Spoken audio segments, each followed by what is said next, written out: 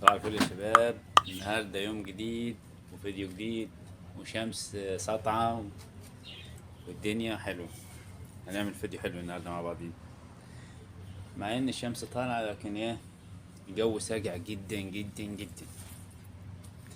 عشان كده انا لابس تطلع 30 جاكيت، وعشان كده احنا جبنا لكم نار النهارده ايه. عبيت ما رحت جبت التليفون ورجعت لقيت النار ايه خلاص قربت تخلص. قلت ايه نجيب تاني، عشان مش هينفع ان احنا نشتغل من غير ما تكون فيه دفاية جنبينا في الزرع.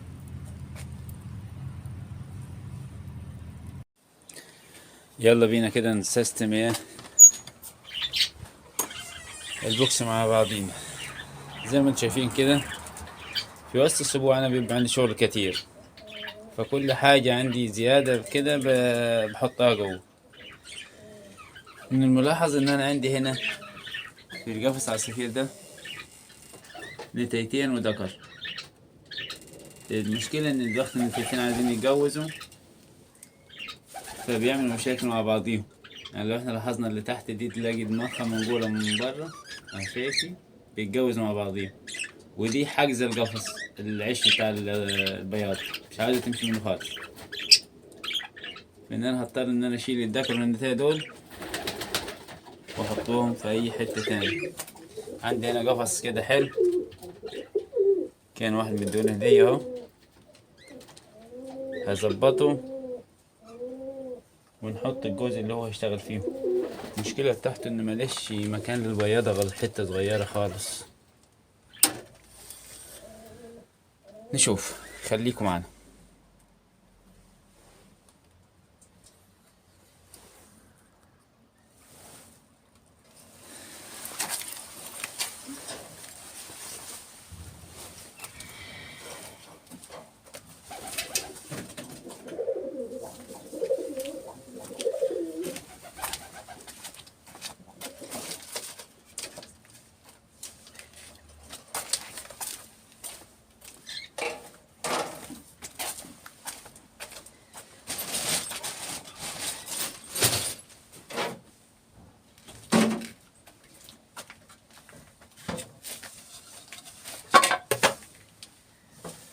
بقى عندي مشكلة موضوع البيض الكتير اللي هو مش مخصب ده.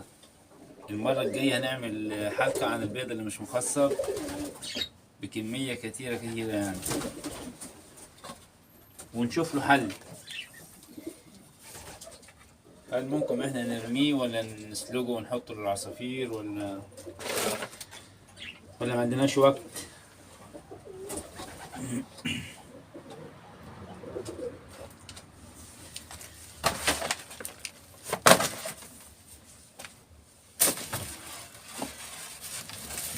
اقف هنا يا عم.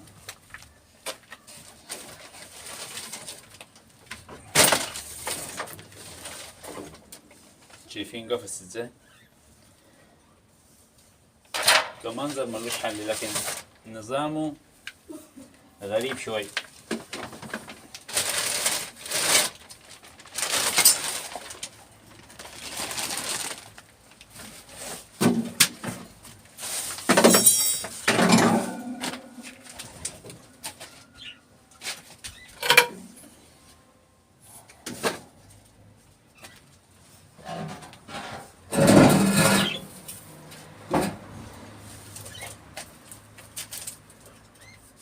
ايه رايكم في ده؟ حاجة تحفة من الاخر يعني، بس ما بيعضش يعني. ده غلبان.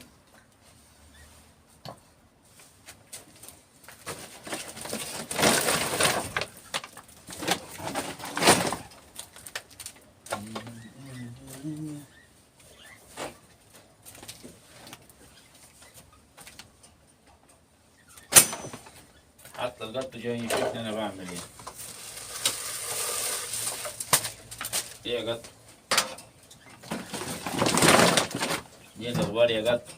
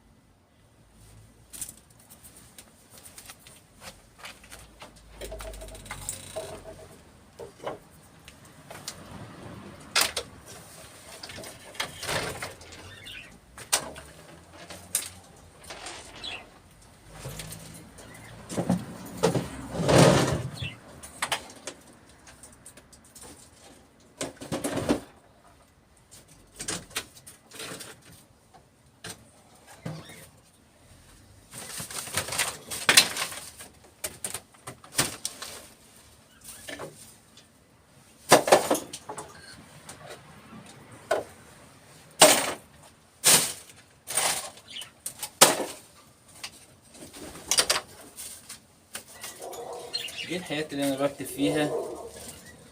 العصافير بيضت امتى، الحمام بيض امتى، امتى طلعت واحدة، طلعت اتنين، حاجات زي كده.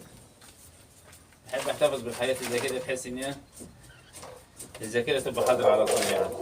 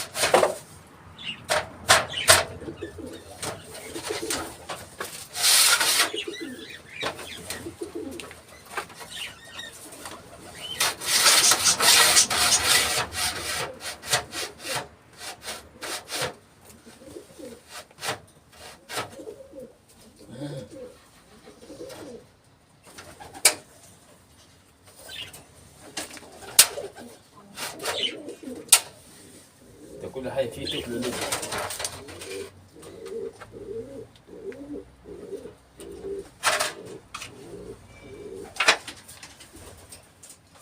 الله ينور.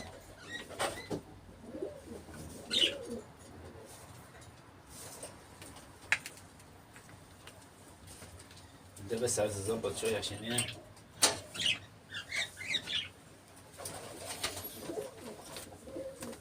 ندخلهم من هنا. تعالوا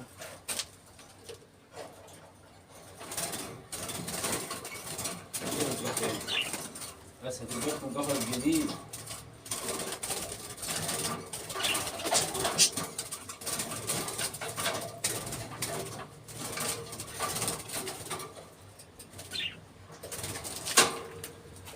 سوى كتير النهارده ازعل عليكم بصراحة.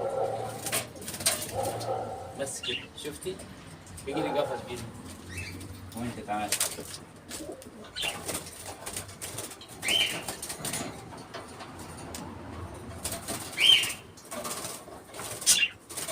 تعالى خلاص. لا بس متعضش متعضش. ايوه كده بس كده بقيت انت الاتنين مع بعضيكم. ايه رايكم، حلو ولا وحش؟ نيجي عمالنا ده ننزله مع النتائج.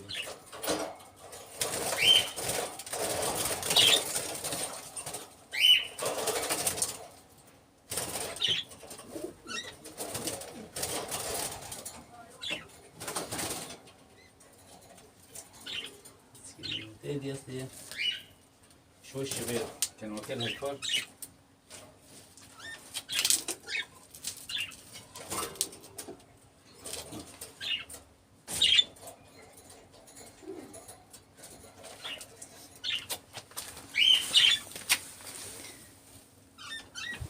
يبقى كده خلينا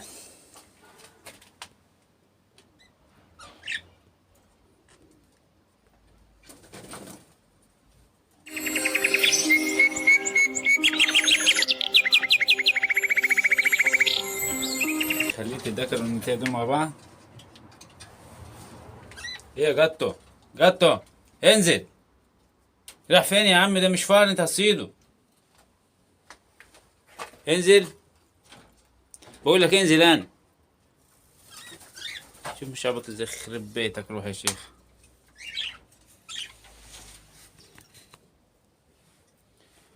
والنتاية دي والدكر بيجوا مع بعض.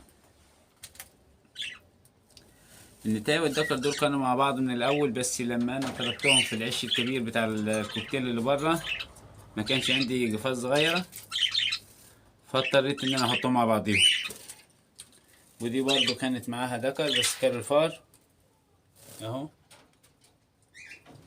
ويعتبر دول من الانتاج بتاعي الاتنين دول. ده قفص واسع وكبير عامل زي فيل كنوح. تعال نطلعه بس بره كده عشان ايه ناخد بيه. شايفين ازاي؟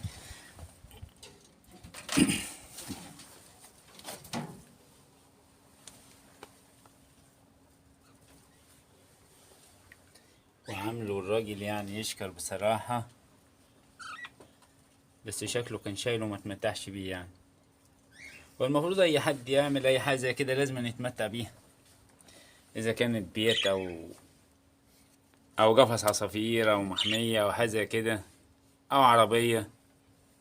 مينفعش واحد يبقى عنده عربية وركنها، او عنده واحد يقول لك انا جايب بشكليتة من ساعة ما كنت صغير. طب راكنها ليه؟ طيب هتبيض. الحاجة لما بتستخدمهاش بتبوظ بمعنى صح. نروح تكتشف العيش. بس البياضة عندي مشكلة ان انا اركب لها فين البياضة، ما عنديش غير الركن الصغير ده بس. نشوف له بياضة نحطها له. مازال الجاتو بيعاكسني وانا شغال. جاتو انزل انزل انزل.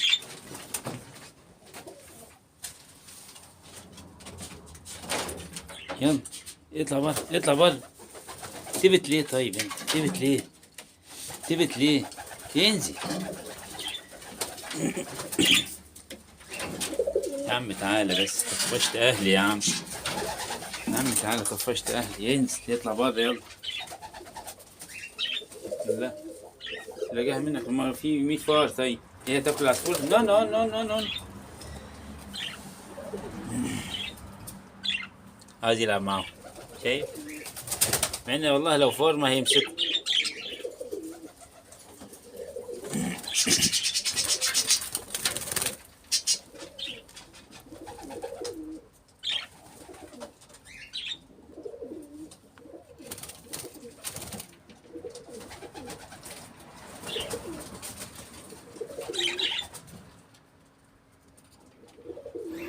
على فكرة انا بخليها تلعب معاهم بس عشان تاخد عليهم فيما بعد يعني. خلاص سيبهم سيبهم عشان هم لسه في القفص جداد وزعلانين. عمال يلف حواليهم، يا اما اشيلهم من قدامه يا اما اشيل القط خالص.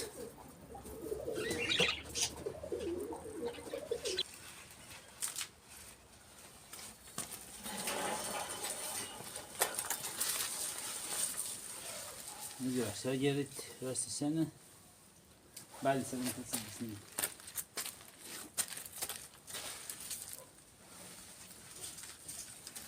جميلة دي.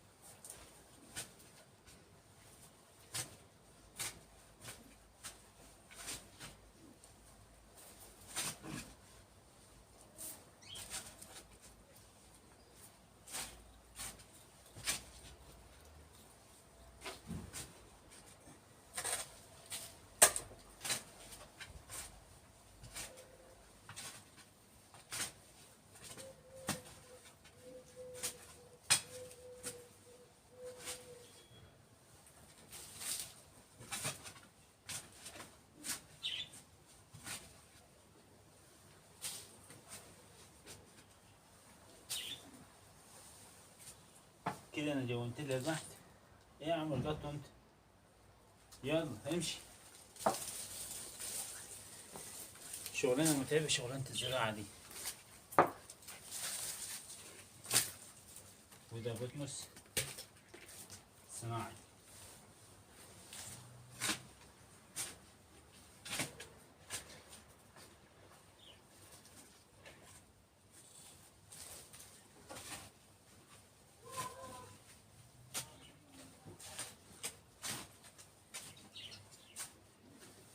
امشي.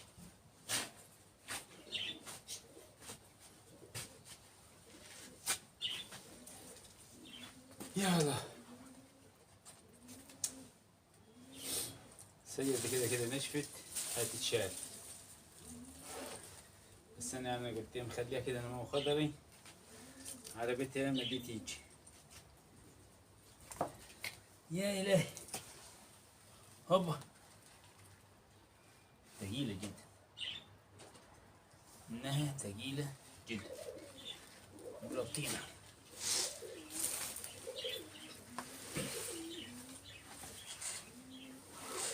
مشوكة على فكرة، مشوكة. الزرعة بتاعتها شديدة. بسم الله. ولا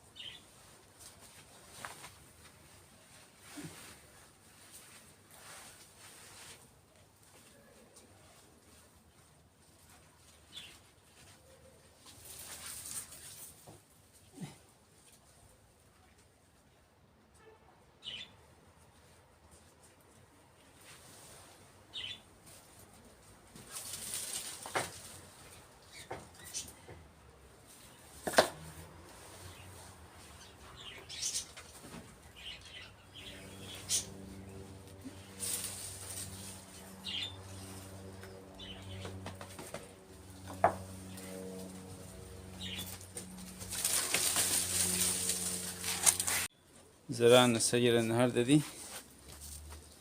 هي الأرض بس مطينة من كتر المطرة، هي مش كبيرة أوي. والقطة كل حاجة لازم تيجي تشوفها عملناها صح ولا غلط.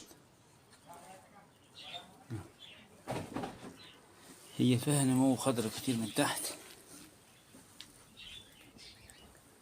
لكن من فوق لسه معرفش هي بتربي ايه ولا بتعمل ايه، بس هي بتدي منظر حلو كده في الآخر، تبقى دوار دوار يعني.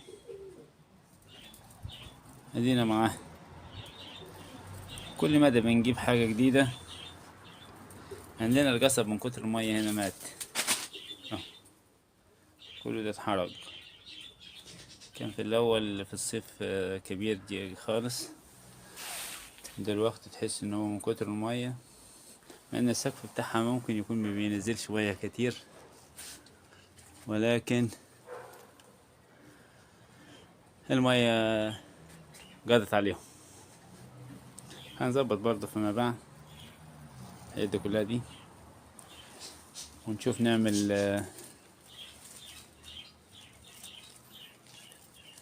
ناخد منها فارة ولا حاجة ونزرعه دياتي. والليمونة دي انا هشت منها كل النمو بتاعها. وفي حاجات تانية طالعة هنا اهي،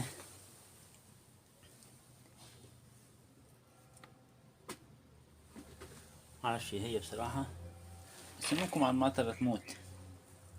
وهنا نزل شوية حاجات كده، عامل لهم الكيس ده عشان شدية النطرة بتموت كل النباتات. وعندنا هنا التوم ده المفروض نزرعه هنا في الأرض برضو اهو.